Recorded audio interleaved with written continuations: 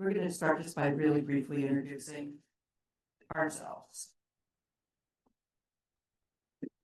So this is Albert. I'm from Brown University, Brown Medical School.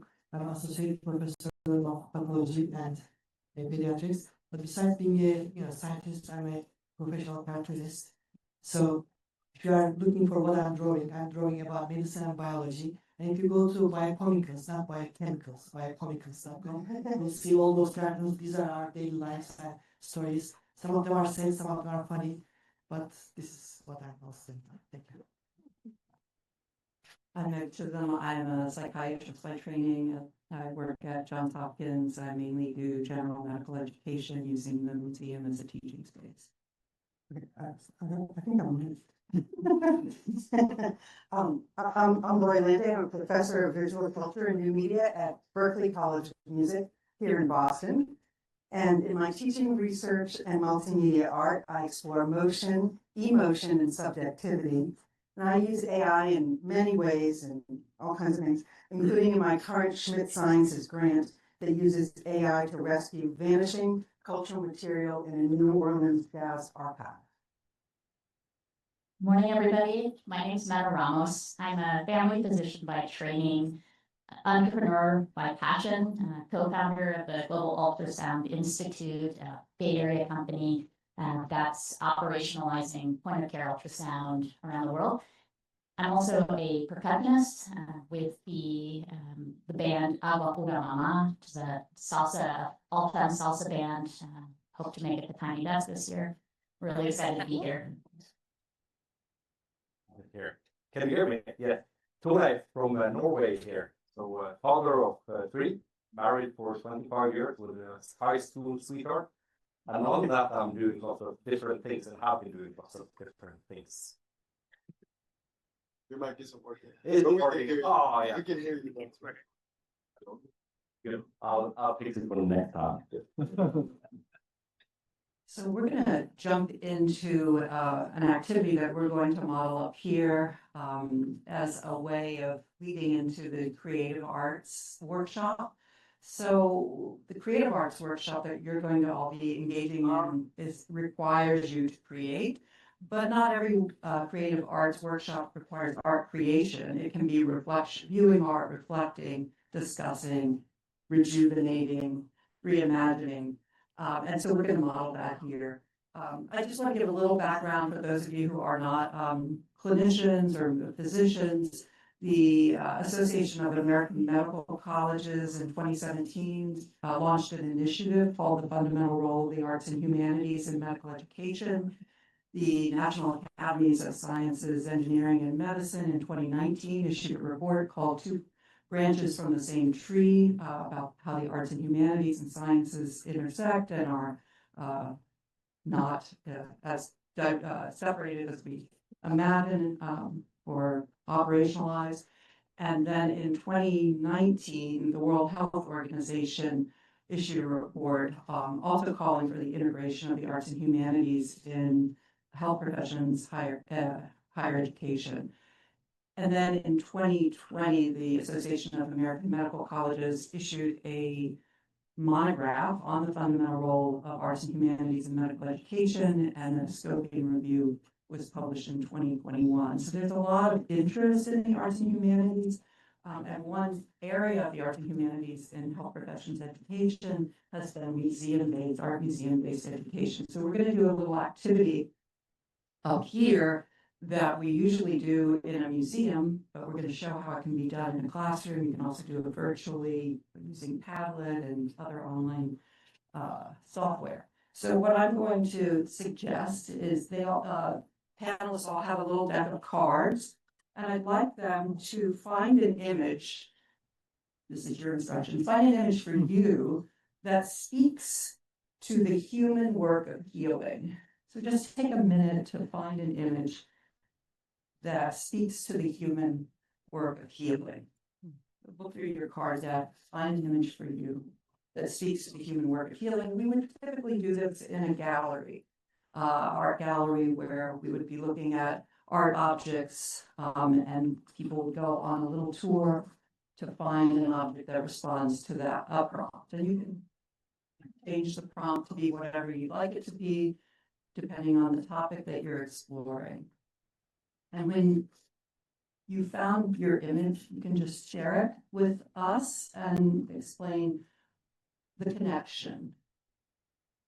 Sure. Well, I found this image. Can people see it well enough that it looks to me like well, I chose it. I chose it because to me healing is very much about balance and finding a place of balance and also of stability. And I'm not a physician or in the medical field at all, and so I'm thinking about this very much from the perspective more of a patient and as just a human, and thinking about how this made me think of something that's kind of meditative, and then also I guess mostly that idea of balance, stability, but also something that is precarious at the same time, and found in nature, right? Something that I find really inspiring for thinking about healing. Thanks. So drawing on your own personal experience of what healing means to you as a human, as a patient, there's this need for stability, but there's also this kind of balancing that has to happen, and drawing also on kind of connections to nature. Those are some of the ideas. Yes, yeah, absolutely. Yes, correct. Right. I know that my photo is going to be very difficult for those on the side of the room to see, but it's a picture of a baby and an elderly gentleman kissing the baby, maybe grandfather and grandchild. And when I saw this image, I thought about kind of intergenerations and relationship and roots and authenticity, and how important relationships are. Relationship with others, with family members, with and also relationship with the self, and how roots, being in touch with roots and a sense of belonging, how important that is to step into one's own authenticity, which I think is very much a healing space. I also, when I saw this baby, I thought about healing and the counterpoint of trauma, and how in pre-verbal space, and also intergenerationally, how trauma gets carried forward, and that love and these types of interactions, how healing that can be throughout the life cycle. And so a lot there, thinking about the relationship of those two figures, and for you thinking that there's a familial relationship, an intergenerational relationship, and the love that can be so healing across generations and between people, things that bind people together, whether positive or negative, and how those can be transmitted. That's very beautiful. Thank you. Right. So this is a picture of nature. And I think the last couple of years, we have learned a lot about animals. We have learned that they're conscious, that they have feelings, that they're not very different from us. I think that this is just history repeating itself, right? Because we've been here before. We've seen that with other races, with women, etc. That it's kind of, they're not the same as us. So care for me right now, what is a really important question that we have to address when it comes to care is, what does that mean for our healthcare system? If we now realize that they're not very different from us, do we do something about that? Or do we continue as we do today? I was thinking about what binds us all together, what binds us to nature, to animals, what unites us, and how we can heal the entire system. You know what I'm saying? Beautiful. Thank you. So mine was easy. So there's no E connect problem like this. So here you can see.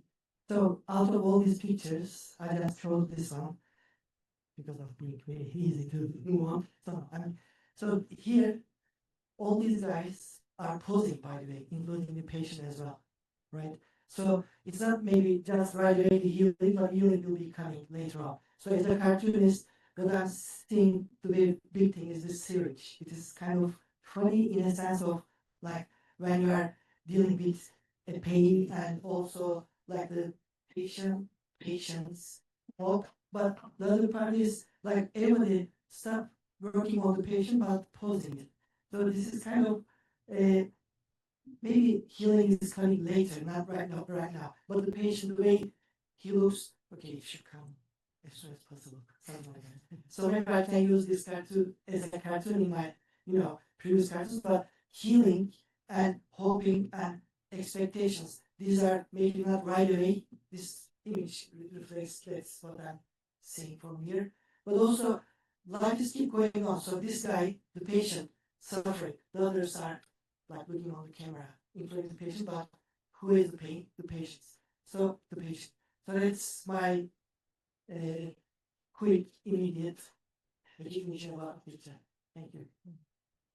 Great. So kind of a snapshot in time that anticipates what might be coming ahead and the hope that the patient might have, but also just recognizing that there's this space, this temporal space, this pause in the moment, and all that is embodied in that.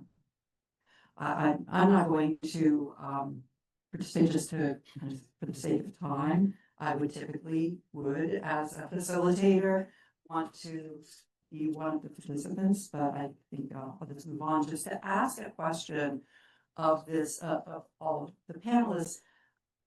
If I had just asked you without the art objects, if I would just have asked you, tell me what you think the human work of healing is about, how might you have responded, or maybe a different question, how did having these images to respond to influence your response to the question about the human work of healing?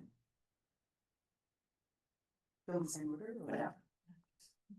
I'm happy to go first. Never mind. Well, I think it made my response much more specific and metaphoric. I think it enriched it in so many ways. I mean, I do teach visual culture, so and I do this kind of thing at the Museum of Fine Arts here in Boston, multiple times, 5 times over the course of the semester. So I think I'm a little biased in that way, but I think it enriched my response. I think I would have been much more abstract and I don't know, maybe more theoretical. I don't think I would have responded personally, actually, at all, if you had just asked me that. I don't know about the other, the other panelists. I wish everybody could really see these images. There are lots of different ones, and it's scrolling through them. I'll carry them around. Scrolling through them and it was interesting to see what jumped out visually. And I think if I had not looked at the cards first, I would have answered from maybe a more a theoretical space or a biomedical space or a frontal lobe space, and not from a personal connection space. So there was something about the visual cues that, why did one image rise to the top over the others? So I think tap into something much more deeper in the amygdala. Right. So more spontaneous on hearing and more sort of kind of an emotional connection, maybe a personal connection. I think it really helps you to narrow down your thoughts, really. And it also, I think it's interesting that we were giving a kind of a limited set of options what to speak about. And maybe there's a lesson there for healthcare as well, that you will take the tool you have, and then you will define healing based on that. So it's also something to reflect about. So maybe if I took your cards, I would define healing differently. So I have to look in a different box. And even if you had the same set of cards and you came back on a different day, you might have a different response. So it took me like 2 seconds to choose this picture because the other ones are like really making me to think about more. So maybe it was on the easy side. Okay, already the patients are here and then everything. But on the other side, I think maybe I was kind of lazy to make comments about the other ones, making like more philosophical. Okay, the picture is already here. I wrote like, in my mind probably wrote like very straightforward AI. Okay, this image I make it better. And it's also make some funny stuff too. I don't have to, but I like it. So maybe that's why I choose this one immediately without even making any deep analysis about other pictures. If you ask me like, if this one's absent, there was another one, there's a teacher and a student, probably I may choose this one. Yeah, thank you. So I'm just going to talk a little bit about this idea of the third thing, these objects. So this is a concept that's been written about in education. Parker Palmer, an educator, has coined this phrase, and I'm going to read a quote from him. So the idea of the third thing is it's a reflective trigger or a conversational mediator that can open us up to new reflections, new ways of reflecting. I think it also can open us up to look at our ways of approaching the process, right? Do we come in with an idea and we want to find a picture that matches it, or are we just kind of intuitively responding to images? Anyway, Parker Palmer, quote, "In Western culture, we often seek truth through confrontation, but our headstrong ways of charging it through scare the shy soul away. If soul truth is to be spoken and heard, it must be approached on the slant," an allusion to Emily Dickinson. "We achieve indirection by exploring that topic metaphorically, via a poem, a story, a piece of music, or a work of art that embodies it. I call these embodiments third things because they represent neither the voice of the facilitator nor the voice of the participant. They have voices of their own, voices that tell the truth about a topic, but in the manner of metaphors, tell it on the slant.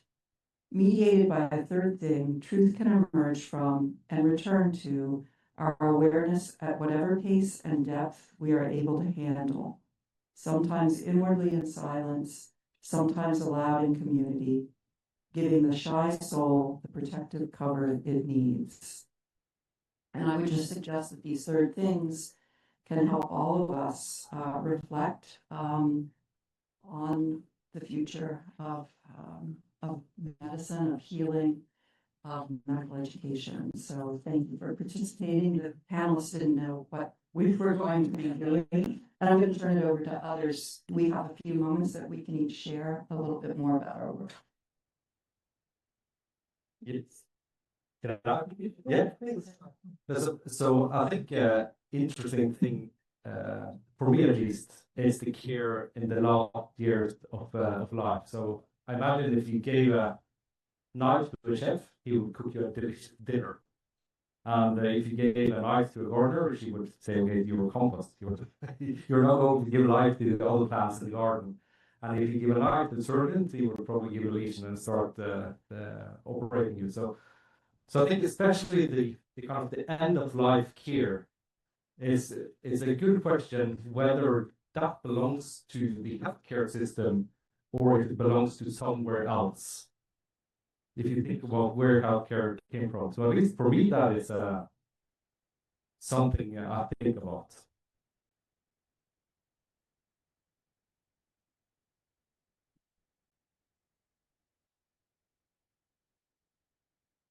question for the room. Show of hands if walking into this space you had a really strong sense of what we would be doing today. Okay. Okay.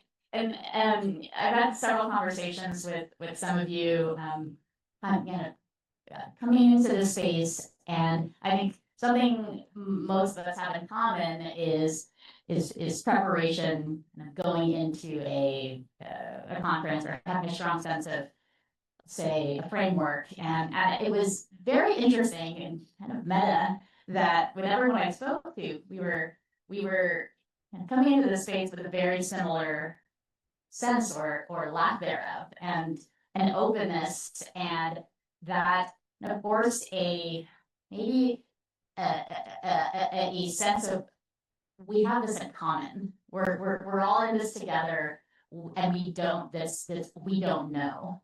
And there was something kind of very uncomfortable about that.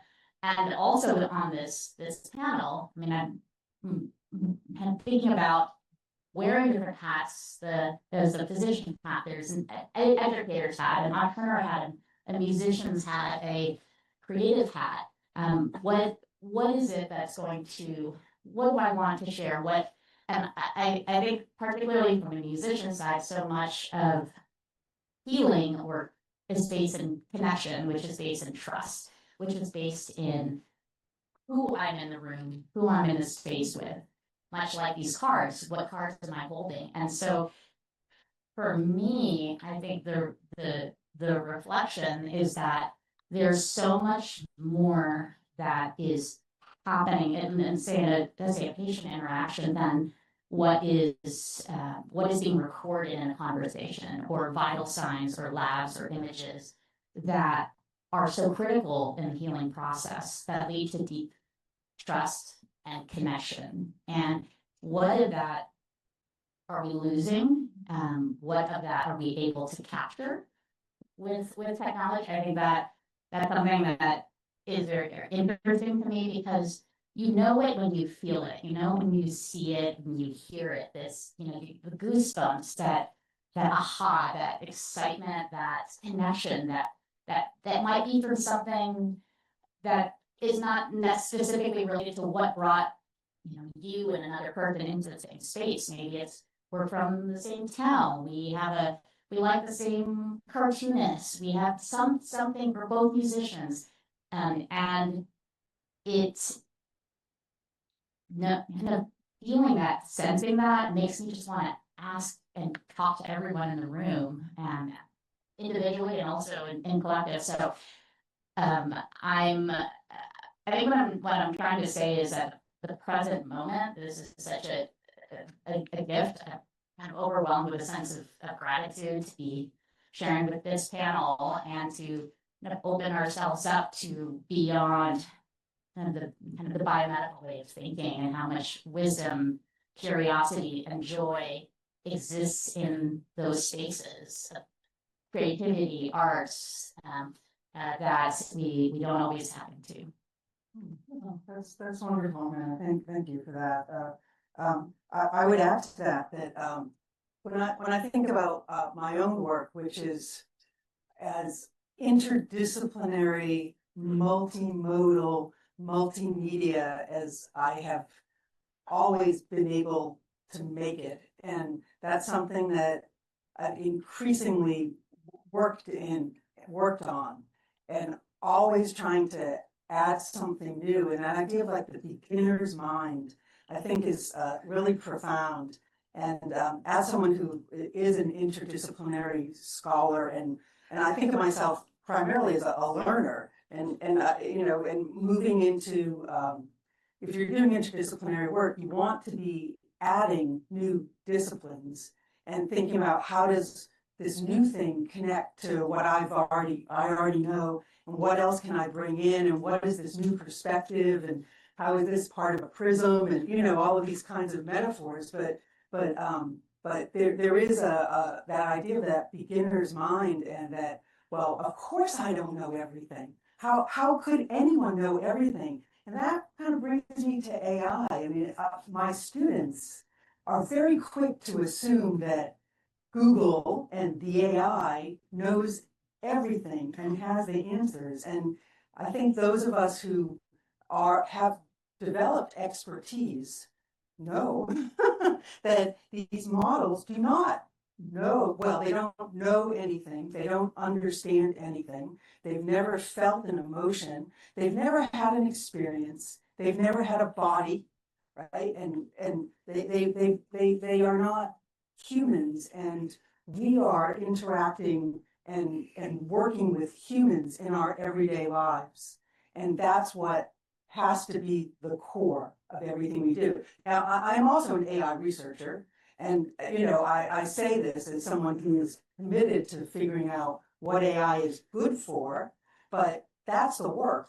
What is AI good for? It's not good for everything, and we have to keep figuring out what is that? What is it good for in teaching? What is it good for in research? What is it good for in this archive project that I'm doing? All of these kinds of things. But it's an inquiry, and the more we have the beginner's mind, the more that we can answer that in a way that's productive and will help people rather than something that's going to close off. That's my 2 cents. I also think that the beginner's mind also puts me in mind of this disorienting dilemma space that we're in, right? And how being in these disorienting dilemmas can help us see things in new ways. So hopefully that will be part of the experience today as well. It's that disorientation will serve that purpose to open us up to new ways of seeing. So I'd like to thank for Mary because this question was very already there, and she asked this question. So why are we here? What are we going to talk about? Like for all of us. But I think one of the things is that in our lives also, like second by second or millisecond by millisecond, we don't know what we are going to be facing, right? So we know that we thought that we know, but there are so many unexpected events, and these events may lead to another event, but at the moment, we thought that we know, but at the end of the day, we are doing everything like second by second, millisecond by millisecond. So we are facing at the moment. So this is a kind of good kind of experience that what we came here. So what are we going to talk? No, life is also itself like that way too. So the other thing is the patience. For example, we are, especially in the recent years, we don't have that much patience. For example, where are we? When I'm talking with my students at medical school, so we have we have pre-recorded classes. So in these pre-recorded classes, we basically let's say in the internal medicine, let's say we are listening GI tract or anything like the moment that you are listening from the recorded, it's not enough. You are making like 1x, 3x, 5x faster because you just want to learn as soon as possible and you just want to finish up. But the other thing is this patience lost because of this 280 characters of text, for example. We are not really reading that much book or even getting into a lecture and listening. Maybe we should go with the pre-recorded. So this is how our lives are. And then AI makes us, I don't know, maybe you may think the opposite, but AI also makes us a little bit lazier. Because why don't I learn this in 2 seconds? But I can go this lecture and then start my 1 hour. So AI makes us lazy, but also learning the process faster. So that's why at the end of the day, what I'm saying is in this room or in our lives, we know that we will expect what we are going to be expecting, but life is not like that way. So unfortunately, like a month ago, what happened, at Brown University. So this was ultra unexpected. So we are all very sad. And I just want to tell one more thing about this whole event and unexpectedness. So when the event happened, this unfortunate thing, I immediately text my students and I asked them, please respond me immediately. Where are you? Are you all okay? So 14 of them, in my lab, 14 of them immediately responded, and one kid, he didn't respond. And I was really like, are you cool? So he then sorry, Dr. Fuzu, I was in the basement of the library, and we start there, but I'm good. So I may be for those kids, but at the end of the day, the whole stuff was very, very, very unexpected and very unfortunate. So one important thing is when I asked them, how are you doing? They said, we are doing well. And the second sentence was like this: thank you so much for checking in. Can you imagine, like, in this stressful environment, they can say easily, oh, we are good, that's it. They make another sentence, thank you for checking in. So appreciation is important, patience is important, and knowing that we are maybe living here for this moment, not the next one, but we assume that we will be keep moving. So that's my income from AI and our last perspective. Yeah, thank you. Can I just echo what has been said about what human experiences can be reduced to neurocircuitry or AI equivalent quote experiences? You know, how is it possible, even if you know all what that would look like, that sense of terror or that sense of worry,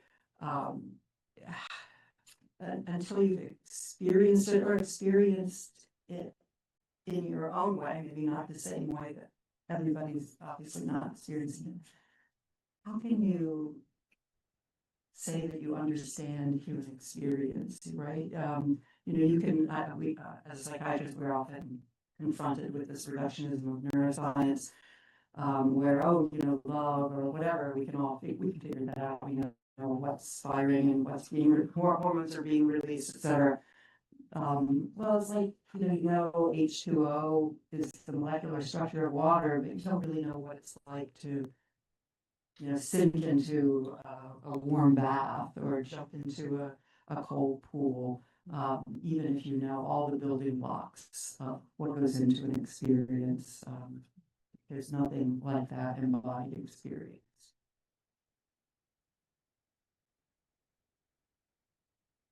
Final thoughts? Thanks for being here and Yeah. for your patience. Thank you.